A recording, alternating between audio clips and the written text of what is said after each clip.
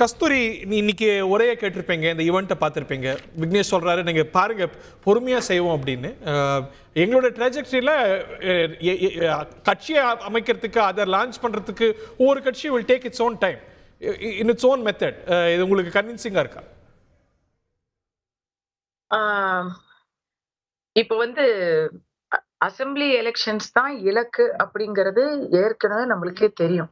கட்சியை அனௌன்ஸ் பண்ணி ஏறக்குறைய ஒரு வருஷம், பிப்ரவரியில இருந்து கட்சியை அனௌன்ஸ் பண்ணி பல மாதங்கள் உருண்டோடிய நிலைமையில இதுவரைக்கும் விஜய் அவர்கள் அவர் நேரடியாகவும் சரி, அவருடைய பேச்சாளர்கள் மூலமாகவும், ஸ்போக்ஸ் பீப்புள் மூலமாகவும் சரி, இதுவரை வந்த எல்லா அரசியல் நிகழ்வுகளுக்கும் தங்களுடைய ஆதரவு யாருக்கும் இல்லை, தங்களுடைய ஆதரவோ எதிர்ப்போ யாருக்கும் இல்லை, நீங்க பார்த்து போட்டுக்கோங்க, உங்களுடைய இதுபடி போட்டுக்கோங்க அப்படின்னு பார்லிமெண்ட் எலெக்ஷனும் சரி, அதுக்கு முன்னாடி வந்த இடைத்தேர்தலும் சரி, இப்போ விக்கிரவாண்டியும் சரி, எனக்கு தெரிஞ்சு இப்படியே போனா அடுத்தது உள்ளாட்சி தேர்தல்கள் வரும், அதுக்கும் சரி பட்டும் படாமலும் தான் இருக்கிறாங்க அப்படின்னு எனக்கு தோணுது.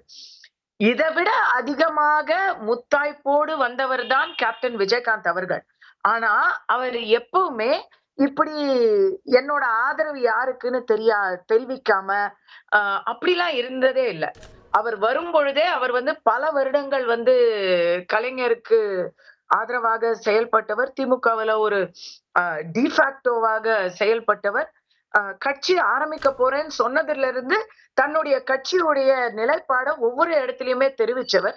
சோ நம்ம நேரடியா எல்லாரும் எம்ஜிஆரையே நினைச்சு பேசுறத நான் இங்க மறுக்க வேண்டியிருக்கு. இத்தனைக்கும் நான் இங்க விஜய்க்கு மிகப்பெரிய ஒரு சினிமா அளவில் மிகப்பெரிய ரசிகை மற்றும் இங்கேயும் அவருடைய சமூக ரீதியான இன்றைய கருத்துக்கு ஆதரவா பேசதான் நான் வந்தேன். பட் அத ஒரு வெல்விஷரா நான் விக்னேஸ்வரன் அவர்களுக்கு சொல்ல கடமைப்பட்டிருக்கேன். விக்னேஸ்வரன் நினைக்க கூடும், இல்ல அவங்க கட்சி நினைக்க கூடும்.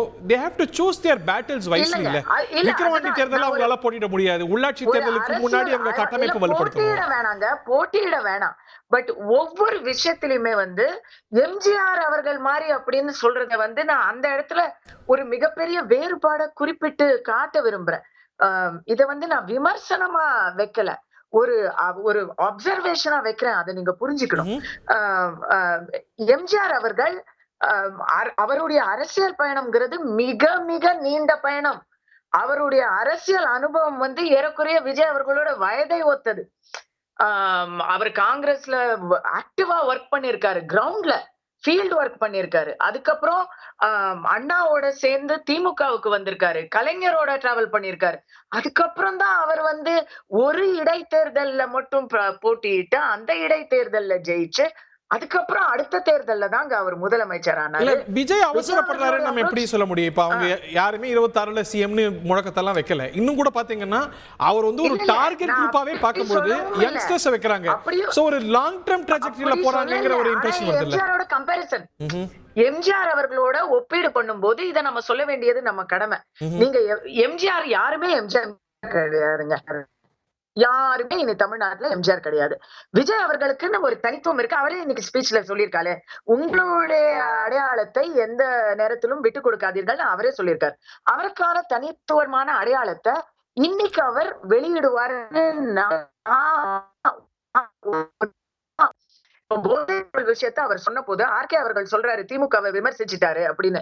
அங்கேயுமே நான் வேறுபடுறேன். போதைப் பொருளை பத்தி பேசினா அவரே சொல்றாரு அத இங்க அதற்கான மேடை இதுவல்ல, ஆளுங்கட்சியை பத்தி பேச வேண்டிய மேடை இது இல்ல, நீங்க பத்திரமா இருங்க அப்படின்னு ஒரு சமூக உரையாதான் இதை நான் பாக்குறேன்னு தவிர, போதை பொருள்னு சொன்னாலே உடனே உங்களுக்கு நெஞ்சம் குறுக்குது குத்துது அப்படிங்கிறது அது அவங்களுடைய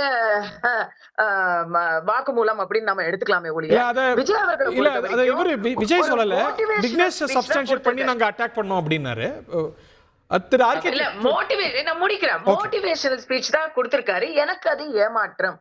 ஏன்னா இன்னும் அப்படி கண்ணை மூடி கண் திறக்கிறதுக்குள்ள அடுத்த தேர்தல் வந்துருது. அசம்பிளிங்கிறது அவ்வளவு தூரத்துல எல்லாம் இல்ல.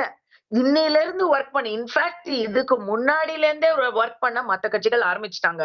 அப்படி இருக்கும் பொழுது இவர் இந்த மாதிரி ஒரு நல்ல உலகமே அவரை அண்ணாந்து நோக்கிட்டு இருக்கிற ஆப்பர்ச்சுனிட்டியில இன்னைக்கு குறைந்தபட்சம் ஒரு பிரஸ் மீட் நீங்க வேணாம். மாணவர்களுக்கு எதிர நீங்க ஒரு மோட்டிவேஷன் ஸ்பீச்ச மட்டும் குடுக்குறீங்க. குடும்பத்துக்கு ஏற்ற ஒரு ஃபேமிலி ஆடியன்ஸ்க்கு ஏற்ற ஒரு ஸ்பீச்ச உங்க ஹார்ட் டு ஹார்ட் ஸ்பீச்ச மட்டும் குடுக்குறீங்கங்கறத கூட நான் வரவேற்கிறேன். பட் குறைந்தபட்சம் அதுக்கப்புறம் பிரஸ்ஸ மீட் பண்ணிருக்கலாம். கள்ளக்குறிச்சியில அவங்க போய் எல்லாரையும் வந்து அவரு போய் அங்க நான் ஏற்கனவே இத பதிவு பண்ணியிருக்கேன். அவர் போய் குடிச்சிட்டு ஆஸ்பத்திரியில இருந்தவங்கள சந்திச்சாரு. எனக்கு அது ஏற்பு கிடையாது. அவரு வந்து குடும்பங்கள சந்திச்சு அவர் வந்து ஆறுதல் சொல்லியிருந்தா எனக்கு அது ரொம்ப சந்தோஷமா இருந்திருக்கும். அது என்ன கட்டாயமோ தெரியல. பட் குறைந்தபட்சம் அங்க ஒரு பிரஸ் மீட் குடுத்திருக்கலாம். ஒரு ரிலக்டன்ஸ் பாக்குறீங்க அவர்கிட்ட. பாயிண்ட் நிறைய இடங்கள்ல ஒரே ஒரு பாயிண்ட். தாவேகா ஸ்போக்ஸ் பர்சன் சொன்னாரு 50% அப்படியே காலியா இருக்கு. அந்த காலியான இடத்தை நம்ம குறி வைக்கிறோம் அப்படின்னு சொல்றாரு. இன்னைக்கு வந்து அவர் அது எந்த கணக்குல சொல்றாருன்னு தெரியல. அந்த மாதிரி கணக்கு ஏன்னா இன்னைக்கு பாருங்க 48% வாங்கியிருக்காங்க. 47 சில்லறை வாங்கியிருக்காங்க திமுக.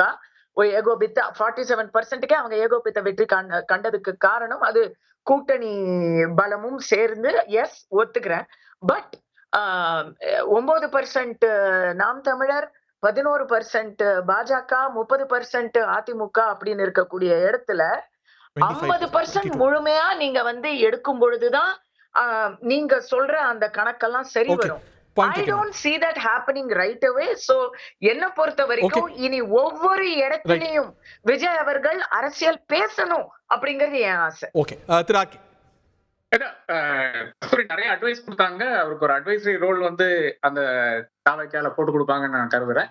அதை தாண்டி வந்து இப்போ விஜயனுடைய ஃபர்ஸ்ட் பொலிட்டிக்கல் நிகழ்வா என்ன நடந்தது பாத்தீங்கன்னா, அவர் வந்து கள்ளக்குறிச்சி செல்கிறார். அதையும் இதையும் ஒட்டிதான் பார்க்க வேண்டுமே தவிர அதை ஏதோ தனியா ஒரு நிகழ்ச்சி இது இப்போ வந்து மாணவர்களிடையே போதைப் பொருள் பேசுறது இந்த மாதிரி விஷயங்கள் வந்து நாம அது ரெண்டும் ஜோடித்தான் பார்க்க முடியும். அப்படி பார்க்கும்போது தான் இந்த அரசுக்கு எதிரான ஒரு தாக்குதலாக வந்து அதே தான் விக்னேஸ்வரன் குறிப்பிட்டா. நீங்க கஸ்தூரி நீங்க முன்னாடி வந்திருந்தீங்கன்னா உங்களுக்கு தெரிஞ்சிருக்கும் கஸ்தூரி விக்னேஸ்வரன் என்ன பேசுறான்னு தெரிஞ்சிருக்கும். அதுக்கப்புறம் ஒரே ஒரு கிளாரிபிகேஷன் அப்புறம் ஒரு ரிக்வெஸ்ட். ஒண்ணு வந்து விக்னேஸ்வரன் நிச்சயமாக விஜய் வந்து அரசியலுக்கு வர்றதை வந்து வரவேற்கிறேன். உங்களுக்கு தெரியுமா தெரியாதான்னு எனக்கு தெரியாது. ஒரு காலத்துல வந்து விஜய் வந்து ஜோசப் விஜய் என்று சொல்லி